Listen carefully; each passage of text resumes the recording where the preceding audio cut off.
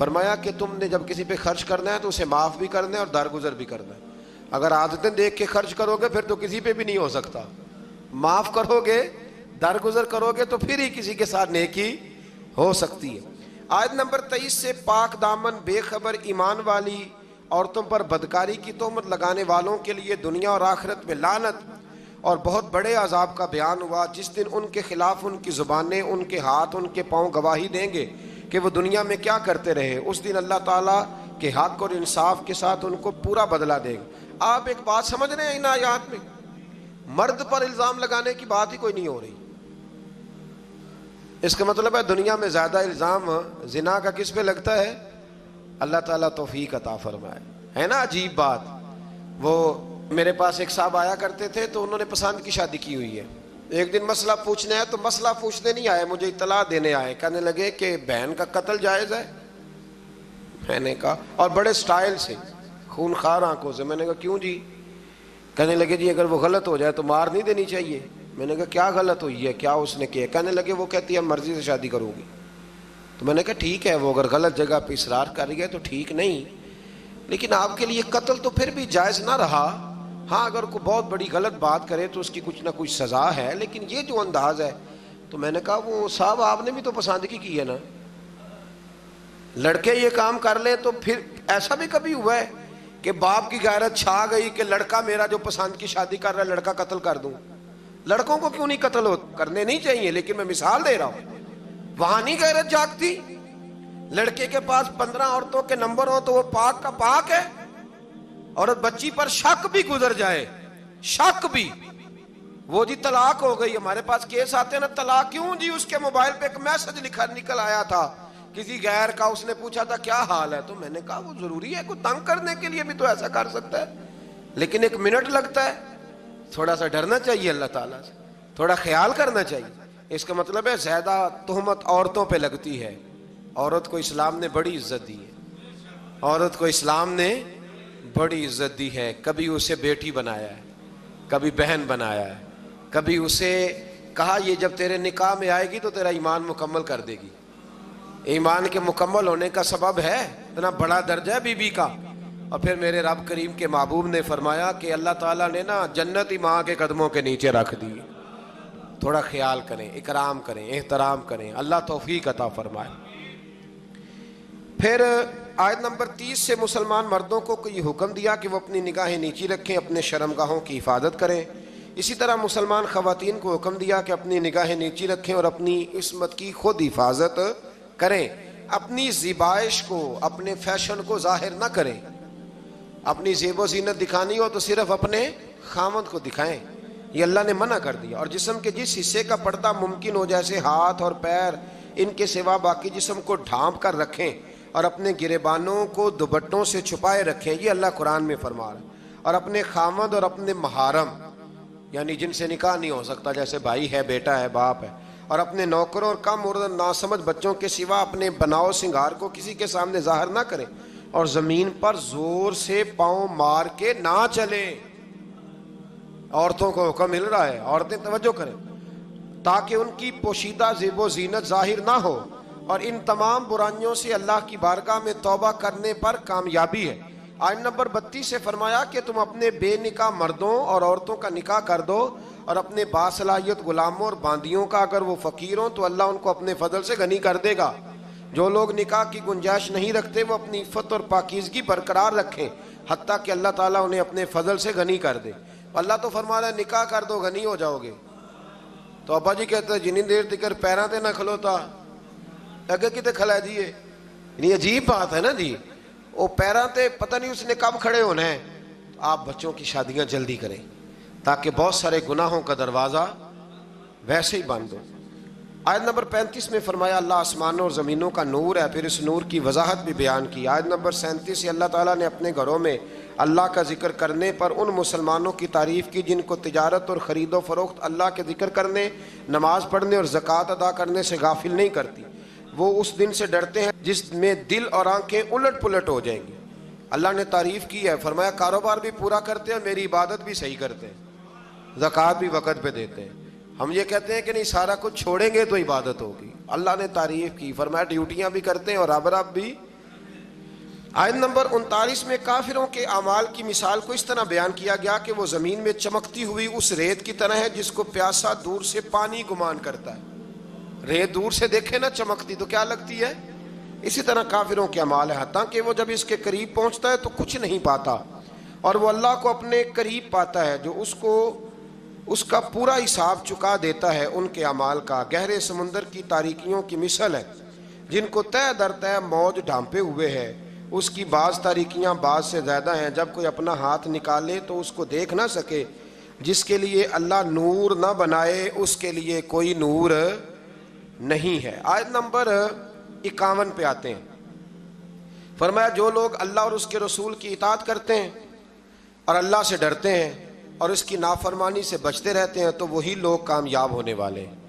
اس آیت کے بارے میں حضرت عمر فرمایا کرتے تھے یہ جوامع الکلم آیت ہے، اور ایک رومی جو نیا مسلمان ہوا تھا اپنے ایمان لانے کا سبب اسی آیت کا تمام کتب مقدسہ کی تعلیمات اور احکام کا جامع ہونا بیان فرمایا گیا۔ یہ ایک آیت کہ جو لوگ اللہ اور اس کے رسول کی اطاعت کرتے ہیں، اللہ سے ڈرتے ہیں اور نافرمانی سے بچتے ہیں، اللہ سے ڈرتے ہیں اور نافرمانی سے بچتے ہیں، یہ لوگ کامیاب ہیں۔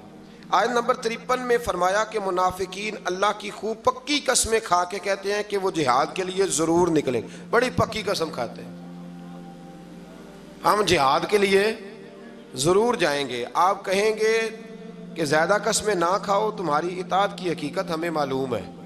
آپ کہہ دیں حبیب ان سے کہ نہ کھاؤ زیادہ قسمیں، ہمیں پتہ ہے تم نے کتنا جانا ہے۔ آیت نمبر 55 میں اہل ایمان کو یہ بشارت دی کہ اللہ تمہیں زمین میں ضرور خلافت عطا کرے گا اور ضرور بالضرور اس دین کو محکم اور مضبوط کر دے گا۔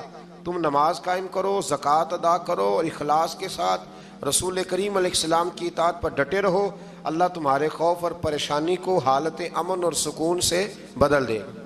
آیت نمبر 58 سے پردے کے احکام کی وضاحت فرمائی کہ تمہارے نوکروں اور نابالغ بچوں کے لیے بھی 3 اوقات میں اجازت حاصل کرنی ضروری ہے۔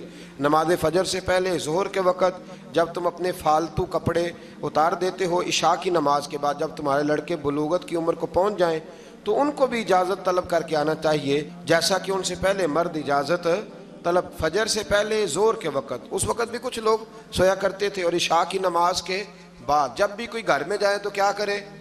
کہنے اپنے گھر جان دی بھی اجازت لوا، ہاں وہیں تو اجازت لینی ہے، آپ اجازت لیں۔ جو بھی کسی کے آرام کا وقت ہو نا اس میں آپ بے دھڑک نہ چلے جائیں، اس لیے کہ نہ جانے کوئی کس حالت میں ہو۔ اللہ سمجھنے کی توفیق عطا فرمائے۔ آیت نمبر 60 سے فرمایا جو بوڑھی عورتیں جو نکاح کی امید نہیں رکھتی ان پر اضافی پردہ اور حجاب کا اہتمام نہ کرنے میں کوئی گناہ نہیں، لیکن اگر وہ اس میں بھی احتیاط کریں تو ان کے لیے زیادہ افضل ہے۔ ایسی بوڑھی عورت جو نکاح کے قابل نہ رہے اس پر حرج کوئی نہیں، لیکن کرے گی پردہ تو اس کے لیے بھی بہتر ہی ہے۔ یہاں بڑی جلدی لوگ اس سے گنجائش لے لیتے ہیں، جو میں نے کہا ہے اس پر غور کیجئے گا۔ آیت نمبر 61 میں معذور لوگوں اور دیگر مسلمانوں کو اپنے والدین، رشتہ داروں اور دوستوں کے گھر سے کچھ کھا پی لینے کی اجازت دی گئی ہے۔ اس کے بعد اکیلے اور مل کر کھانے کی اجازت ہے، اور گھر داخل ہوتے وقت گھر والوں کو سلام کرنے کا بیان ہے۔ پتر نہ سلام لوے تو وہ شامت آ جاندی، تین نہیں پتہ سلام لئیدا ہے، اگر ابا جی نہ لے تو چلے میں اگلی بات ہی نہیں کرتا، چونکہ مسئلہ نہ بن جائے کوئی۔ ابا جی کو بھی تو لینا چاہیے سلام، کے نہیں؟ بچے کہتے ہیں ہمیں لیکچر ملتے ہیں اور ابا جی خود سلام نہیں لیتے۔ میرا خیال ہے اگر ابا جی سلام لیں گے تو پھر بچوں کو لیکچر دینے کی ضرورت ہے، وہ خود بخود سلام لے لیں گے۔ آیت نمبر 62 میں انتظامی آداب کا بیان فرمایا گیا۔ مومنین صرف وہی ہیں جو اللہ اور اس کے رسول صلی اللہ علیہ وسلم پر حقیقتاً ایمان رکھتے ہیں، اور جب وہ کسی مجتمع ہونے والی مہم میں رسول اللہ صلی اللہ علیہ وسلم کے ساتھ ہوتے ہیں تو ان کی اجازت کے بغیر کہیں نہیں جاتے۔ اے رسول صلی اللہ علیہ وسلم، جو لوگ آپ سے اپنے کام کے سلسلے میں اجازت طلب کرتے ہیں آپ ان میں سے جسے چاہے اجازت دیں اور ان کے لیے اللہ سے مغفرت طلب کریں۔ حضور چاہیں تو اجازت دیں اور چاہیں تو۔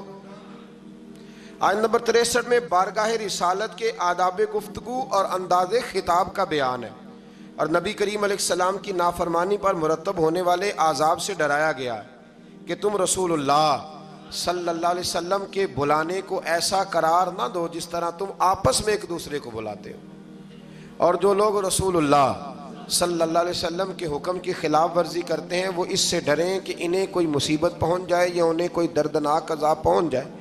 بے شک اللہ ہی کی ملکیت ہے جو کچھ آسمانوں میں ہے اور جو کچھ زمینوں میں ہے۔ اللہ کو تمہارے حال کا خوب علم ہے، جس دن وہ اللہ کی طرف لوٹائے جائیں گے تو ان کے کیے ہوئے سب کاموں کی خبر دے گا، اور اللہ ہر چیز کو جاننے والا ہے۔ آخر پہ آتی ہے جی سورۃ الفرقان۔ سورۃ الفرقان کی آیت نمبر 4 سے اس بات کا بیان ہے کہ کفار نے قرآن مجید کے کلام الہی ہونے کا انکار کیا اور اسے رسول اللہ صلی اللہ علیہ وسلم کا خود ساختہ کلام قرار دیا کہ پچھلے لوگوں کا کوئی افسانوی کہانیاں معاذ اللہ جو انہوں نے لکھوائی ہیں۔ کفار مکہ کے اس اعتراض کا بھی ذکر ہے کہ یہ رسول کھانا کھاتے ہیں، بازاروں میں چلتے ہیں، ان کی تائید کے لیے کوئی فرشتہ کیوں نہ اتارا گیا، انہیں کوئی خزانہ اور باغات کیوں نہ عطا کیے گئے، اور انہوں نے اللہ اور اس کے رسول صلی اللہ علیہ وسلم کو سحر زدہ بھی کہا معاذ اللہ، اور قیامت کے دن کو بھی جھٹلایا۔ اللہ تعالیٰ ان کی ان بے تکی باتوں کا رد فرمایا کہ قرآن کو اللہ کا کلام کہا، اور یہ کہ پہلے رسول بشری تقاضوں کے تحت کھانا بھی کھاتے تھے، اپنی ضرورت کے لیے بازار بھی جاتے تھے، یعنی بشری ضروریات نبوت اور رسالت کے منافی نہیں ہوتی۔ آج کل پیری مریدی میں بھی یہی مسئلہ ہے، پیر صاحب کو ہنسنا بھی نہیں چاہیے، ان کو کہیں آنا جانا بھی نہیں چاہیے، یعنی پیر صاحب کا تو یہاں تک حال خراب ہو جاتا ہے کہ کسی نے نا پیر صاحب کو دیکھ لیا نا کسی جگہ کسی ہوٹل میں بیٹھ کے کھانا کھاتے تو کہتے ہیں تسی اتنے روٹی کھانا آئے ہو، وہ خدا کے بندو یہاں انسان نہیں آتے روٹی کھانے۔ دیکھیں نا قرآن کس طرح ہمیں ترتیب سے چیزیں سمجھاتا ہے، کہتے ہیں جناب آپ یہاں کھڑے ہیں، چلو جی ٹھیک ہے جی، یہاں نہیں کھڑے ہوتے۔ میں ایک دفعہ بچوں کے جوتے لینے چلا گیا، مجھے ایک صاحب کہنے لگے اصل تسی ادھر کدھر آئے ہو؟ میں کہ یار میرے بھی 4 بچے نے، تو یہ لڑائی کر رہے تھے میرے ساتھ، مجھے جانا پڑتا ہے، مجبوری ہے، انہوں نے بھی جوتے پہننے، تو اب یہاں تک معاملہ آپ کو دیکھنا پڑتا ہے۔ جناب آپ جوتے لینے چلے گئے، آپ بازار ہی چلے گئے، بھائی ہر جگہ ماحول ہوتا ہے، اور آپ چیزوں کو لیول پہ رکھا کریں۔ اور کمال پتہ کیا ہے کہ نبی کو بازار میں بھی دیکھا جائے پھر بھی ادب ہی کیا جائے، اور غار ثور میں دیکھا جائے تو پھر بھی، یہ کمال ہے نا کمال کی بات۔ حضرت صدیق اکبر نے حضور کو سوتے بھی دیکھا، جاگتے بھی دیکھا، گھوڑے پہ بھی دیکھا، اونٹ پہ بھی دیکھا، غار ثور میں بھی دیکھا، اکیلے میں بھی دیکھا، 1,44,000 کے مجمع میں بھی دیکھا۔ تو کسی نے کہا ابو بکر رج گئے ہو؟ کہنے لگے کہاں، میرا تو دل کرتا ہے وہ بیٹھا رہے اور میں دیکھتا ہی رہوں۔ یہ کمال ہے، یہ کمال ہے کہ آپ کا ادب پھر بھی برقرار رہے، پھر بھی آیت نمبر 12 سے کفار کے لیے عذاب جہنم اور جہنم کی سختیوں، اور مومن کے لیے دائمی جنت اور اس کی نعمتوں کا بیان ہے۔ آیت نمبر 17 سے کفار اور ان کے معبودوں کے اکٹھے ہونے اور معبودان باطلہ کا سارا الزام کفار پہ لگانے کا ذکر ہے۔ اللہ ہماری حاضری قبول فرمائے۔